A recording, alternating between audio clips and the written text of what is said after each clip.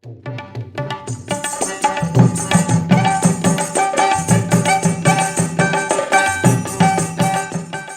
श्रोता संगवारी मल्ला हमार नमस्कार। जीव जंतु पशु पक्षी हा प्रकृति के सिंगार आए। नाचत मयूर, कोयल के कूक और चिड़िया मन के चहचहाट हमल्ला बरबस ही आकर्षित कर लेथे। और पशु पक्षी के बहुत अकन गुण ला देख के ही मनुष्य के व्यक्ति के व्यक्तित्व के विकास घलो होथे। पर धीरे धीरे वन्य जीव जंतु मन के संख्या हा घटत जावत है और ओकर मन के संरक्षण खातिर वन्य प्राणी संरक्षण अधिनियम बनाए गए है। एकर संबंध में विस्तार ले जानकारी प्राप्त करे बर आज हमन स्टूडियो में आमंत्रित करे हन छत्तीसगढ़ राज्य नीति आयोग के सदस्य और भारतीय वन सेवा के सेवानिवृत्त अधिकारी डॉक्टर के सुब्रमण्यम सुब्रमण्यम जी नमस्कार। ये कार्यक्रम में आप मन के स्वागत है। नमस्कार सर, आखिर वन्य प्राणी संरक्षण अधिनियम लाए के आवश्यकता का बर पड़िस? एकर पीछे के पृष्ठभूमि का है? हमारे देश में अलग अलग किस्म के वन हैं, वनों के प्रकार अलग अलग हैं, उनके पारिस्थितिकी तंत्र अलग है, उनमें पाए जाने वाले जीव जंतु भी अलग हैं। लेकिन जैसे जैसे आबादी का दबाव बढ़ता जा रहा है तो हम अपनी कृषि की आवश्यकताओं के लिए, कल कारखानों को स्थापित करने के लिए, बांध नहरों का जाल बिछाने के लिए, रेल मार्ग, सड़क मार्ग, ये सब को बढ़ाने के लिए धीरे धीरे जंगल जो हैं हमारे कम होते जा रहे हैं। ऐसे समय में जो वन्य प्राणियों का जो प्राकृतिक पर्यावास है उसको नुकसान पहुंच रहा है। और उसके नुकसान पहुंचने के कारण ये बहुत बार देखने में आता है कि वन प्राणी और इंसानों के बीच में काफ़ी बार द्वंद्व की स्थिति पैदा होती है। और इसके कारण कई बार ग्रामवासी शिकार भी करने लगते हैं, लोग भी शिकार करने लगते हैं। तो वन्य प्राणियों की आबादी चूँकि उनके पर्यावास सीमित होते जा रहे हैं, उनके जो हैबिटाट है वो कम होते जा रहे हैं, इसके कारण वन्य प्राणियों का जीवन, जो उनका अस्तित्व है, वो संकट में आ गया। तो उसे रोकने के लिए वर्ष 1972 में वन्य प्राणी संरक्षण अधिनियम लाया गया। अवैध शिकार ला नियंत्रित करे बर का दंडात्मक प्रावधान रखे गए? वन्य प्राणी संरक्षण अधिनियम 1972 इसमें वनाधिकारियों को बहुत सारे अधिकार दिए हुए हैं कि खास तौर से हमारे यहाँ जो इस अधिनियम के तहत कुछ क्षेत्रों को हमने संरक्षित क्षेत्र घोषित किया है। कुछ जगह पे राष्ट्रीय उद्यान बनाए हुए हैं, कुछ जगह पे अभ्यारण्य हैं और कुछ जगह पे हमने बायोडाइवर्सिटी रिजर्व एरियाज बनाए हैं। कुछ जगह पे प्रोजेक्ट टाइगर हमारे चल रहे हैं, प्रोजेक्ट एलिफेंट चल रहे हैं। ये सारे जगहों को हमने विशेष संरक्षित क्षेत्र माना है और इसमें किसी भी प्रकार की अवैध शिकार की घटनाएं अगर होती हैं तो उसके लिए दंडात्मक प्रावधान है। और न केवल संरक्षित क्षेत्रों में बल्कि जंगल, चाहे वो आरक्षित वन हो, चाहे संरक्षित वन हो, चाहे इवन गांव के अंदर में भी अगर जंगली जानवर का कोई शिकार करता है तो उसके लिए दंडात्मक प्रावधान है, क्योंकि इन वन्य प्राणियों का संरक्षण ही इस अधिनियम का मुख्य उद्देश्य है। और वन्य प्राणियों का अगर शिकार होगा तो उसके लिए दो तरीके होते हैं। कोई ऐसा जानवर है जो बहुतायत में है तो कई बार हम कंपाउंडिंग यानी प्रशमन करते हैं, यानी उससे हमने कंपनसेट कर लिया जाता है, उससे कंपाउंडिंग बोलते हैं, उसको प्रशमन कर लिया जाता है।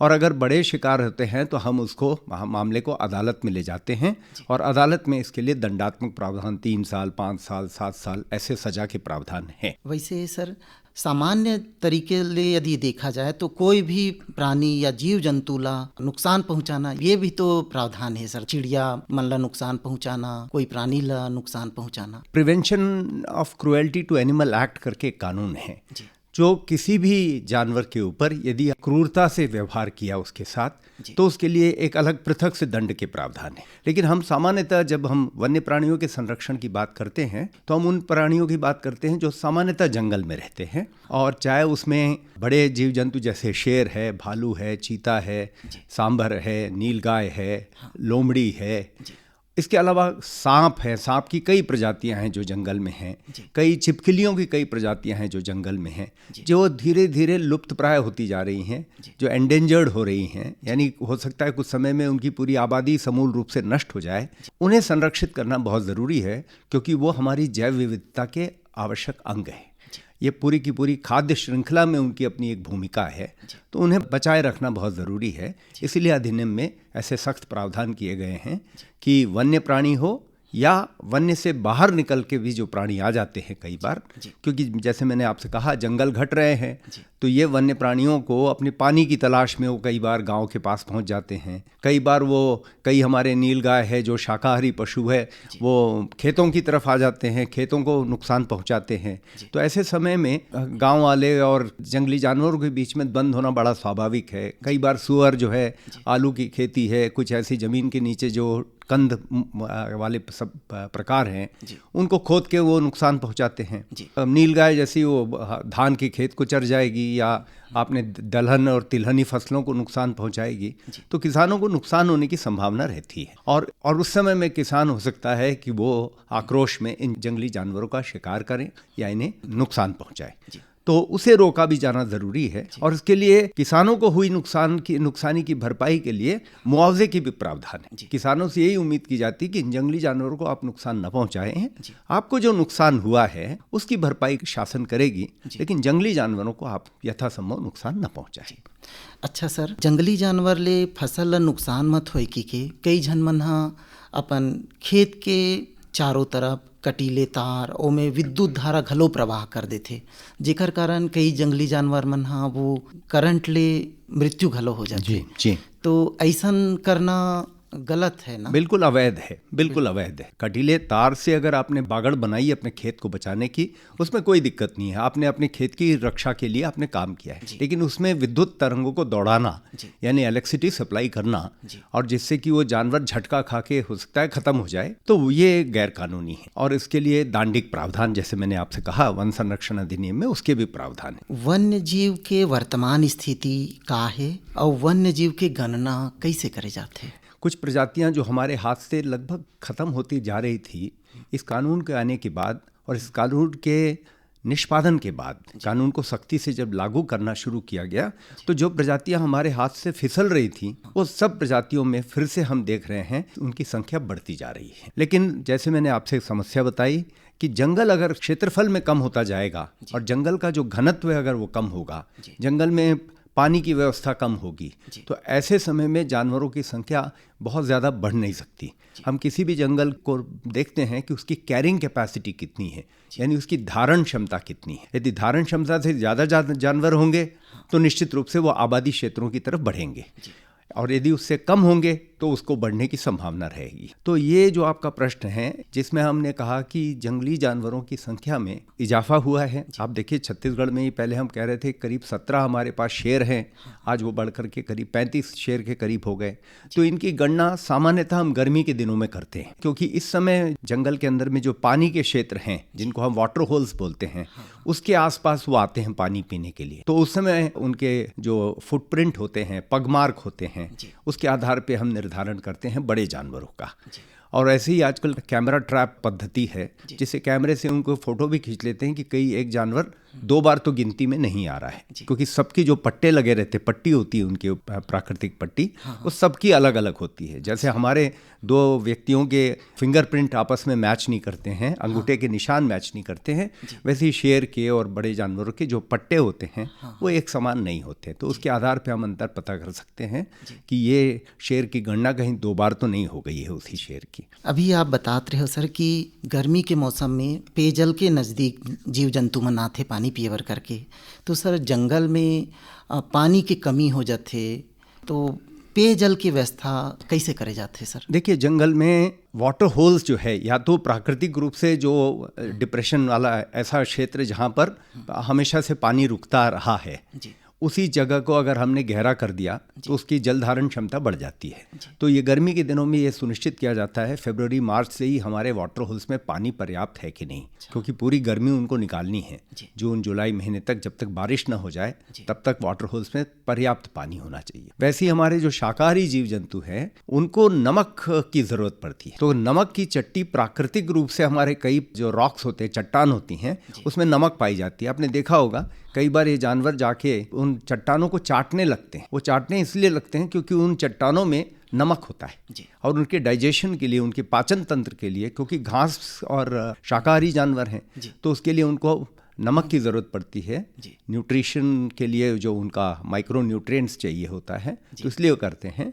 तो ऐसे समय में कई बार हम नमक की चट्टियाँ भी वहाँ पर रखते हैं ताकि ये शाकाहारी जानवर जाके उसको चाटे और उनकी पाचन तंत्र व्यवस्थित रहे। सर, वर्तमान समय में मानव और वन्य प्राणी के बीच द्वंद्व बढ़त जात है, एकर पीछे कारण का है? हमने अपनी आवश्यकताओं के लिए जी। या जिसे हम विकास कहते हैं, जी। इसके लिए हमने आबादी बढ़ी जी। तो हमारे खेत बढ़ने लगे जी। और खेत जो है कई बार जंगलों का अतिक्रमण करके लोगों ने खेत बना लिया और ऐसे ही हमारे कल कारखाने उद्योग आने लगे। कई जगह पे माइनिंग खदान आ गए, खदान में आप जो है ब्लास्टिंग करते हैं, विस्फोटक लगा के ब्लास्टिंग करते हैं, इससे ये जंगली जानवर डिस्टर्ब हो जाते हैं। और दूसरा, ये जंगली जानवरों का चूंकि रहवास प्रभावित हो रहा है इन सब गतिविधियों से, तो वो आबादी की क्षेत्र की तरफ बढ़ने लगते हैं। आप देखिए, छत्तीसगढ़ का उदाहरण मैं दूं तो सरगुजा के आसपास पहले हाथी हुआ करते थे, कोरबा, लेमरू, उन एरियाज में। आज वो हाथी वहां पर उत्खनन के काम होने लगे, खनन के काम होने लगे, जंगल डिस्टर्ब होने लगे,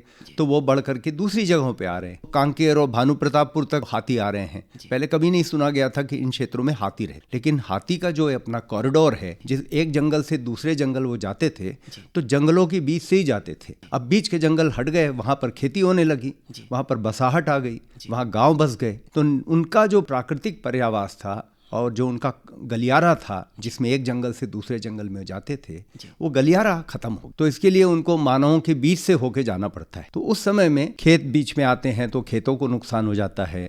कई जगह पर हमारे गांव वाले महुए को चुन के रखते हैं या गन्ने की खेती करते हैं, तो महुए के लालच में, गन्ने की लालच में हाथी इंसानों की बस्तियों की तरफ आने लगता है। तो इसको चूंकि हमने उनके जंगलों को बर्बाद किया, उनके जंगलों को नुकसान पहुंचाया, वो उनका प्राकृतिक पर्यावास था, उसको अगर हमने क्षति पहुंचाई तो निश्चित रूप से वो हमारे क्षेत्र में, मतलब आबादी के क्षेत्र में वो आने लगते हैं और इसी के कारण ये जो टकराहट है ये होने लगती है। तो इसलिए जंगल को बढ़ाना जरूरी है, उनके गलियारों को सुरक्षित रखना जरूरी है, और जो खेती और दिगर वो है जिसके लिए हम जंगल को काटते हैं, उत्खनन के लिए, खनन के लिए जंगल को काटते हैं, बांध बनाने के लिए जंगलों को हम नुकसान पहुंचाते हैं, तो उसका खामियाजा हमको भुगतना पड़ेगा, क्योंकि ये वन्य जीव जो हैं ये डिस्टर्ब हो जाएंगे और अपने क्षेत्र से बाहर निकल के आबादी की तरफ आने लगे। सर, वन्य प्राणी संरक्षण में सामान्य व्यक्ति कौन ढंग ले अपन भूमिका निभा सकते? सर देखिए, सबसे पहले हमारे लोगों के बीच में एक जन जागृति होनी चाहिए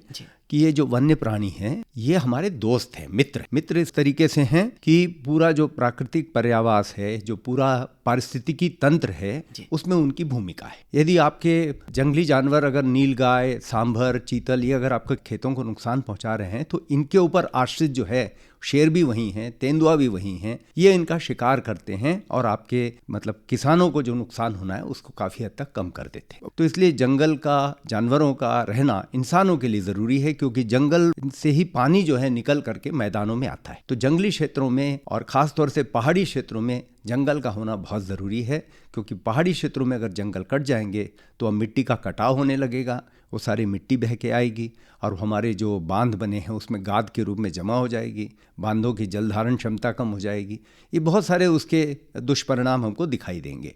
तो इसलिए ग्रामवासियों को चाहिए कि जंगली जानवर का शिकार न करें, और बल्कि कई जगह पे मैंने देख रहा हूँ जो भी खासतौर से हमारे राष्ट्रीय उद्यान है या अभ्यारण्य है, ऐसे क्षेत्र जहाँ जंगली जानवर ज़्यादा दिखाई देते हैं, वहाँ पर्यटक लोग भी आते हैं और वो पर्यटकों से स्थानीय ग्रामवासियों की आय भी होती है। तो ग्रामवासियों की बहुत बड़ी भूमिका है वन्य प्राणियों के संरक्षण में, क्योंकि अकेला वन विभाग जो है इतने बड़े जंगल क्षेत्र में वन्य प्राणियों के संरक्षण में जब तक स्थानीय सहभागिता नहीं होगी, करना बड़ा मुश्किल होगा। के सुब्रमण्यम जी, आप मन हमर श्रोता मन ला वन्य प्राणी संरक्षण के संबंध में विस्तार ले जानकारी दे हव, हमन ला समय दे हव, तेकर खातिर आपला बहुत बहुत धन्यवाद। पंछी छोड़ चली न बुडेरा, पंछी छोड़ चली न बुडेरा, किन मनी कल आथे बेरा, किन मनी कल आथे बेरा। पंछी छोड़ चली न बुडेरा, पंछी छोड़ चली न बुडेरा, किन मनी कल आथे बेरा, किन मनी कल आथे बेरा। चले सनन सनन पवन पुरवैया, अंगना मारे बोलत है चिड़ैया, अंगना मारे बोलत है चिड़ैया। होगे नवा बिहान, होगे नवा बिहान, जागो जागो रे मोर भैया।